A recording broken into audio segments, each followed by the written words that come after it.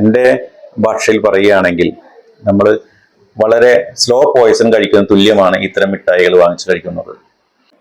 നമസ്കാരം, ഞാൻ ഷാൻഡി ജോസഫ് തട്ടകത്ത്. കഴിഞ്ഞ ദിവസം ചായ കുടിക്കാൻ ഒരു ബേക്കറി ആൻഡ് ടീ ഷോപ്പിൽ ചെന്നിരുന്നു. അവിടെ കൗണ്ടറിലിരിക്കുന്ന നിരവധി മിഠായികൾ അവിടെ ഉണ്ട്.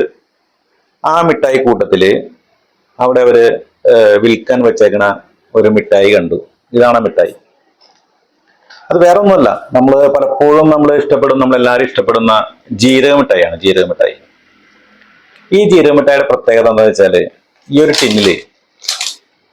ടിന്നില് നിറയെ ചെറിയ ചെറിയ ടിന്നുകളുണ്ട്, കുഞ്ഞു കുഞ്ഞു ടിന്നുകൾ. അതിൽ നിറയെ ജീരക മിഠായി. അതിൽ ഏറ്റവും വലിയ നമ്മളെ അതിശയിപ്പിക്കുന്നത് ഈ മിഠായിയുടെ ഈ ചെറിയൊരു ബോട്ടിൽ, ഈ വലിയൊരു ബോട്ടിൽ നിറയെ 150 ഇങ്ങനത്തെ ചെറിയ ബോട്ടിലുകൾ ഉണ്ടെന്നാണ് അവർ പറഞ്ഞത് എന്നോട്. ഈ ചെറിയൊരു ബോട്ടിലിന് 1 രൂപയാണ് വില. 1 രൂപ. അതിൽ കൃത്യമായിട്ട് അതിന് അടപ്പെല്ലാം ഉണ്ട്, അടപ്പുണ്ട്. കൃത്യമായിട്ട് ഇങ്ങനെ തിരിച്ചടയ്ക്കുന്ന അടപ്പടക്കമുള്ള ചെറിയ ബോട്ടിൽ. അങ്ങനെ നിറയെ ഉണ്ട്. കൗതുകത്തിനാണ് ഈ മിഠായി വാങ്ങിയത്. അങ്ങനെ ഈ മിഠായി വാങ്ങുകയും 150 രൂപയാണ് ഇതിന്. 150 ചെറിയ ബോട്ടുകളുണ്ട്. അങ്ങനെ 150 രൂപയാണ് മിഠായിയുടെ വില. ഈ മിഠായി വാങ്ങുകയും ഞാൻ ഓഫീസിൽ വന്നതിന് ശേഷം ഡീറ്റെയിൽസ് ഒന്ന് പരിശോധിക്കുകയും ചെയ്തു. അപ്പോഴാണ് ഇതിന്റെ പുറകിലെ ചതി നമുക്ക് മനസ്സിലാവുന്നത്. ഫൺ ആൻഡ് ഷൂട്ട് എന്നാണ് ഈ മിഠായിയുടെ പേര്. ഇത് വരുന്നത് നമ്മുടെ ഔട്ട് ഓഫ് സ്റ്റേറ്റ് ആണ്. ഇത് കാണിച്ചിരിക്കുന്നത് അഹമ്മദാബാദ് എന്നാണ് എഴുതിയിരിക്കുന്നത്. മറ്റുള്ള സ്റ്റേറ്റുകളിൽ നിന്നാണ് ഇത്തരം മിഠായികളെല്ലാം വരുന്നത് മനസ്സിലാക്കണം. പിന്നെ ഇവർ പറയുന്നത് ഇത് റീഫില്ല് ചെയ്ത ആണെന്ന് പറയുന്നുണ്ട്. അപ്പൊ ചിലപ്പോൾ മറ്റു രാജ്യത്തു നിന്ന് അത് ഇമ്പോർട്ട് ചെയ്യുന്നതാണോ എന്നറിയില്ല. പക്ഷേ ഇതിൽ ഞാൻ ശ്രദ്ധിച്ചപ്പോൾ ഇവിടെ ഒരു സ്റ്റിക്കർ ഒട്ടിച്ചിട്ടുണ്ട്, കാണാം. ഈ സ്റ്റിക്കറിൽ 2026 എന്നടിച്ചിട്ടുണ്ട്. ഞാൻ ശ്രദ്ധിച്ചു നോക്കിയപ്പോൾ അതിന്റെ താഴെ ഒരു ഡേറ്റ് വേറെ കാണുന്നു, 2025. അപ്പൊ 2025 ഒന്നുള്ള ലേബലിന്റെ മുകളിൽ 2026 എന്ന സ്റ്റിക്കർ ഒട്ടിച്ചൊക്കെയാണ്. അതിന് താഴെ എഴുതിയിരിക്കുന്നു 5 മാസമാണ് ഇത് ഉപയോഗിക്കാനുള്ള കാലാവധി.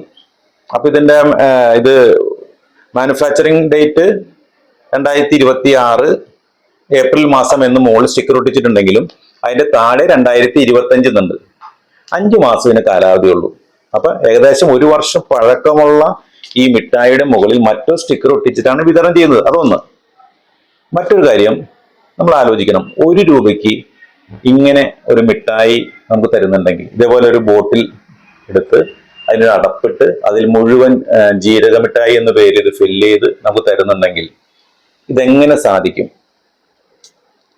അപ്പൊ ഇത് സാധിക്കുന്നുണ്ട് നമുക്ക് മനസ്സിലാക്കാം. കാരണം അല്ലെങ്കിൽ ഇത് കടകളിൽ വിൽക്കാൻ വരില്ല. വിൽക്കുന്നതാണ് ലാഭമുണ്ട്, ഇത് ഉണ്ടാക്കുന്നതാണ് ലാഭമുണ്ട്, ഇതിന്റെ ഇടനിലക്കാരന് ലാഭമുണ്ട്. അപ്പോൾ ആക്ച്വൽ ഇതിന്റെ മേക്കിംഗ് കോസ്റ്റ്, ഇത് ഉണ്ടാക്കുന്നതിന്റെ കോസ്റ്റ് എത്ര രൂപയായിരിക്കും? ഒരു 50 പൈസക്ക് താഴെയെങ്കിലും ആയിരിക്കണം ഇത് ഉണ്ടാക്കിയിരിക്കുന്നത്.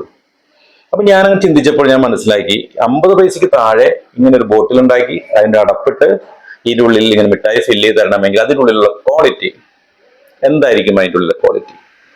ഇപ്പൊ ഒരാൾക്ക് നമ്മൾ ഇങ്ങനെ കൊടുക്കുകയാണെങ്കിൽ ഇത് എന്നുണ്ടാക്കിയ മിഠായി ആണോ, ഇതിനുള്ളിൽ എന്താണെന്നോ ഒന്നും ഒരാൾക്ക് മനസ്സിലാവില്ല. ഒരു ഐഡന്റിറ്റിയും ഇതിന്റെ പുറത്ത്, ഈ ചെറിയ പാക്കറ്റിന്റെ പുറത്തില്ല. ഇതാണ് ഏറ്റവും വലിയ അപകടം. പിന്നെ ഇത്രയും ചീപ്പായിട്ട് നിർമ്മിച്ച് നൽകണമെങ്കിൽ ഇതിലുപയോഗിച്ചിരിക്കുന്ന മധുരം, ഇതിലുപയോഗിച്ചിരിക്കുന്ന കളറുകൾ, അതുപോലെ ഇത് നിർമ്മിക്കാൻ ഉപയോഗിച്ചിരിക്കുന്ന പ്ലാസ്റ്റിക്, ഇതിന്റെ എല്ലാം ക്വാളിറ്റി എന്തായിരിക്കും? ഇതാണ് പലപ്പോഴും നമ്മുടെ മക്കൾ ഇതെല്ലാം വാങ്ങി, നമ്മളും ആയാലും ചിലപ്പോൾ ഇതെല്ലാം കാണുമ്പോൾ ഒരു കൗതുകത്തിന് വാങ്ങി ജീരമിഠായി അല്ലേ എന്ന് വിചാരിച്ച് കഴിക്കും. പക്ഷെ ഇത് വലിയൊരു അപകടമാണ് നമ്മുടെ പുറകിലേക്ക്. നമ്മുടെ ആരോഗ്യത്തിന് ഏറ്റവും ഹാനികരമായ ഒരു സാധനങ്ങളാണ് ഇത് നിറച്ച് വിൽക്കുന്നത് മനസ്സിലാക്കണം. എൻ്റെ ഭാഷയിൽ പറയുകയാണെങ്കിൽ നമ്മൾ വളരെ സ്ലോ പോയിസൺ കഴിക്കുന്ന തുല്യമാണ് ഇത്തരം മിഠായികൾ വാങ്ങിച്ചു കഴിക്കുന്നത്. ഇത്തരം മിഠായികളുടെ എല്ലാം ഉറവിടവും നോക്കുമ്പോൾ അന്യ സംസ്ഥാനങ്ങളിൽ നിന്ന് വരുന്നതാണ്. നമ്മുടെ നാട്ടിൽ ഇതിനൊരു നിയന്ത്രണവുമില്ല. അതുകൊണ്ട് എനിക്ക് പറയാനുള്ളത്, ഇത്തരം മിഠായികളെ നിയന്ത്രിക്കണം. ഇത്തരം മിഠായികൾ കർശനമായിട്ട് നമ്മുടെ കടകളിൽ പരിശോധന നടത്തി ഇത്തരം മിഠായി വിൽക്കുന്നുണ്ടെങ്കിൽ ആ മിഠായി നിരോധിക്കുകയും വിൽക്കുന്നവരുടെ പേരിൽ നടപടി സ്വീകരിക്കുകയും വേണം. അവർക്കറിയാം ഇത് അമിതമായി ലാഭം കിട്ടുന്ന സാധനമാണ്, അവർക്ക് ലാഭമുണ്ട്, അപ്പോൾ അവർ വിൽക്കാൻ ശ്രമിക്കുന്നത്. മേലിൽ ഇത്തരം മിഠായി വിൽക്കരുത്. അതുപോലെ തന്നെ നമ്മുടെ നിയമം അനുസരിച്ച് ഈ ഒരു മിഠായിയുടെ പുറത്തും ഇതെന്നാണ് ഉണ്ടാക്കിയതെന്നും ഇത് എവിടെയാണ് ഉണ്ടാക്കിയതെന്നും അതുപോലെ ഇതിന്റെ എന്ന് വരെ ഉപയോഗിക്കാമെന്നുള്ള കാര്യങ്ങളെല്ലാം രേഖപ്പെടുത്തിയിരിക്കണം. ഇതൊന്നുമില്ലാത്ത മിഠായികൾ, ഇത്തരം അനേകം മിഠായികൾ നമ്മുടെ മാർക്കറ്റുകളിലും കടകളിലും സുലഭമായിട്ട് കിട്ടുന്നുണ്ട്. അടിയന്തരമായിട്ടും ഇത്തരം മിഠായികൾ നിരോധിക്കണം. ഇത് വിൽക്കുന്നവന് മാത്രമല്ല, ഇത് കൊണ്ടുവന്ന് കച്ചവടം ചെയ്യുന്ന ഹോൾസെയിൽ കടക്കാരുണ്ട്, അവരുടെ പേരിലാണ് നമ്മൾ ആദ്യം തന്നെ നടപടി സ്വീകരിക്കേണ്ടത്. അത് വെറും നടപടി സ്വീകരിക്കില്ല, അവർ വലിയ ഭീമമായ ഫൈൻ തന്നെ ചുമത്തി മേലിൽ ഇത്തരം നടപടികൾ അവർ ചെയ്യാതിരിക്കണം. നമ്മുടെ യുവതലമുറ അല്ലെങ്കിൽ നമ്മുടെ ചെറിയ കൊച്ചുമക്കളെ വലിയ വലിയ മാരകമായ രോഗങ്ങളിലേക്ക് എത്തിക്കുന്ന ഇത്തരം മിഠായികൾ നമ്മുടെ നാട്ടിൽ നിരോധിക്കണം. നമ്മൾ ഒരുപാട് ആരോഗ്യരംഗത്ത് ഒരുപാട് വികസനം കൊണ്ടുവരുമ്പോൾ നമ്മുടെ ആരോഗ്യം നശിപ്പിക്കുന്ന ഇത്തരം മിഠായികളെ നമ്മൾ നിരോധിക്കണം. കർശനമായിട്ടുള്ള പരിശോധന നടത്തണമെന്ന് അഭ്യർത്ഥിക്കുന്നു. അപ്പൊ ഇതിൻ്റെ ഉള്ളിൽ ജീരക മിഠായി എന്ന് പറയുമ്പോൾ ജീരകം തന്നെയാണോ എന്ന് പോലും സംശയമുണ്ട്.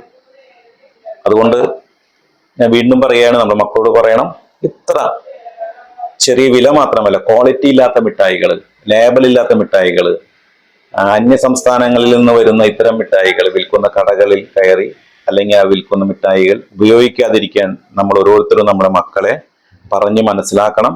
ഇത്തരം മിഠായികൾ നമ്മുടെ സംസ്ഥാനത്ത് നിരോധിക്കണമെന്നും നമ്മുടെ പരിശോധനകൾ കർശനമാക്കണമെന്നും ആവശ്യപ്പെട്ടുകൊണ്ട് നമ്മുടെ ആരോഗ്യവകുപ്പിനും നമ്മുടെ ആരോഗ്യ വകുപ്പ് മന്ത്രിക്കും ഒരു പരാതി കൊടുക്കാൻ തീരുമാനിച്ചിട്ടുണ്ട്. ഡീറ്റെയിൽ ആയിട്ട് കാര്യം തയ്യാറാക്കി അടുത്ത ദിവസങ്ങളായിട്ട് ഒരു പരാതി കൊടുക്കുന്നതായിരിക്കും.